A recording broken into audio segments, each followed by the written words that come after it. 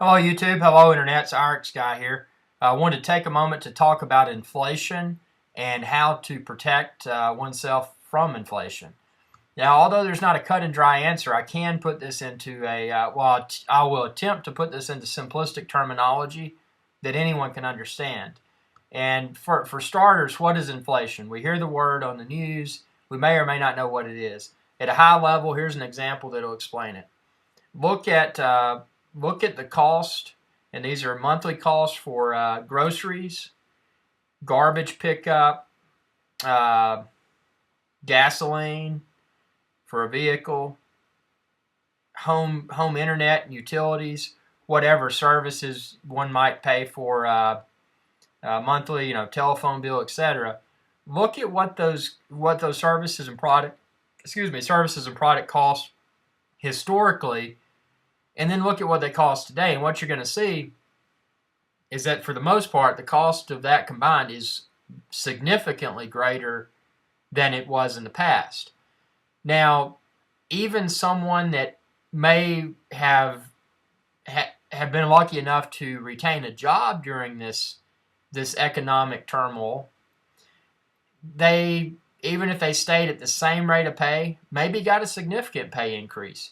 The end result is that that person is not living as well as they were before, and that's purely because of the value of the dollar. The paper dollar is decreasing in value. So even if someone's making $5,000 or $10,000 more a year, because of inflation, the cost of all of their items required for day-to-day life have increased.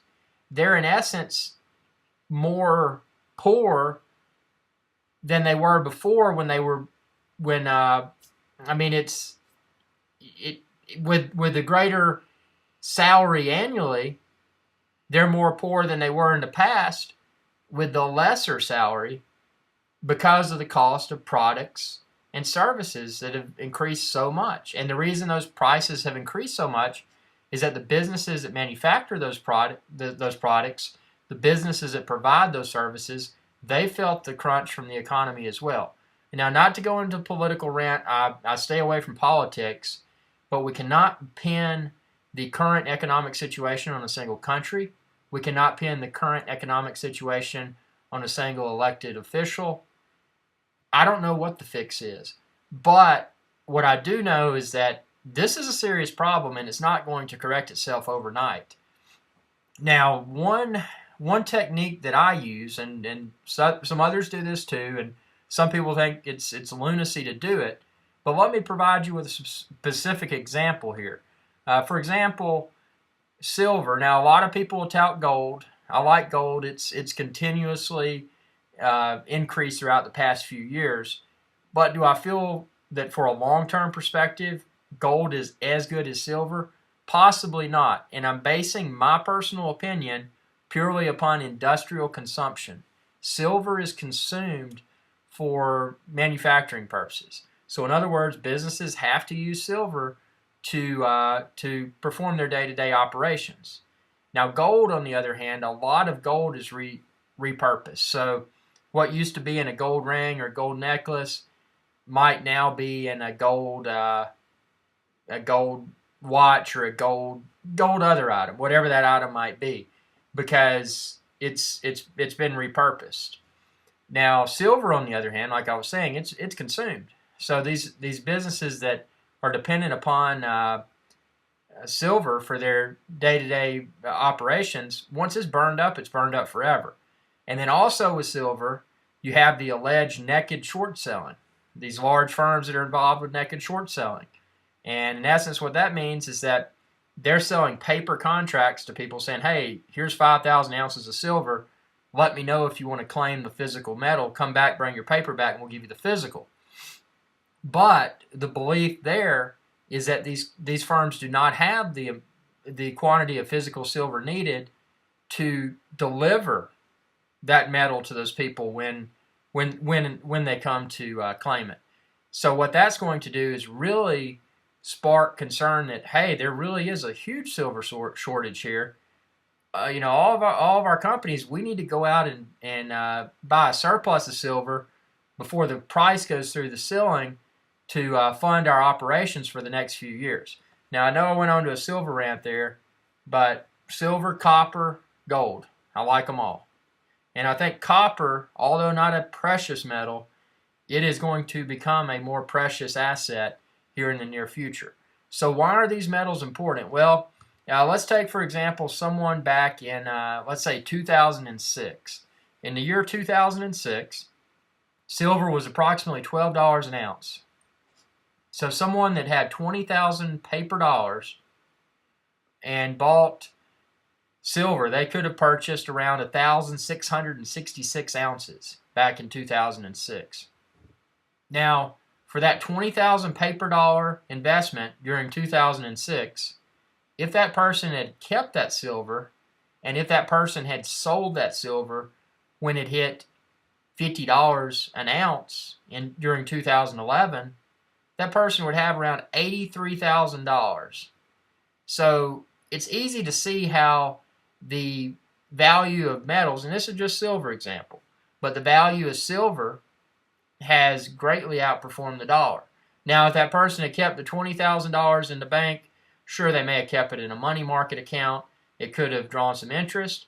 But as the value of the dollar has gone down, the amount of interest that money market accounts, etc., pay has greatly declined. And even if it was a great interest rate, and even if the interest rate had stayed as high as it was in the past, the $20,000 from 2006 would not be anywhere close to the value of $83,000 that converting it into physical silver and then back into paper dollars would have done.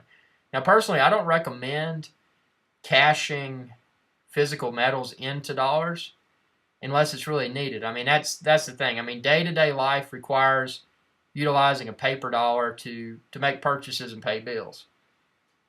But what I do think is that, and a lot of people feel, oh, you should only do 5% or whatever, invest in precious metals. Well, a lot of people, that makes them happy. But if you're looking at it from a very long-term perspective, even if, and prices are going to fluctuate. Silver and gold, copper, they're all going to go up, they're all going to go down. But if you look at it from a historical charting perspective, you're going to see that the movement is over time up. So even though if we have a big sell-off, hey, let's say gold dips down below 1,000 an ounce. Let's say silver goes back to 20. That shouldn't be a reason for people to panic and sell, because then they're losing that silver position and they're obtaining a paper dollar, which is pretty much worthless to a large degree. But the flip side of that is if someone was a precious metals trader, they would buy on the dip, sell on the highs, and then buy on the dips again. But I mean, it's hard to predict the future performance of these. And if someone wants to take the time to trade metals like they would a stock, go for it. But I think it's most wise to hold these assets, these precious metals, for the long haul, and to continue to add as much as easily doable. And then when and if the time hits where the paper dollar is needed, cash out, and hopefully the act of cashing out the precious metal and converting it back into a paper dollar will present someone with phenomenal gains. But that's just my opinion. I'm not an expert. I just wanted to share my no-nonsense opinions regarding the economic state that we're currently in, and how to best position oneself, in my opinion, for future prosperity. And feel free to check out my other videos on YouTube, and have a good one.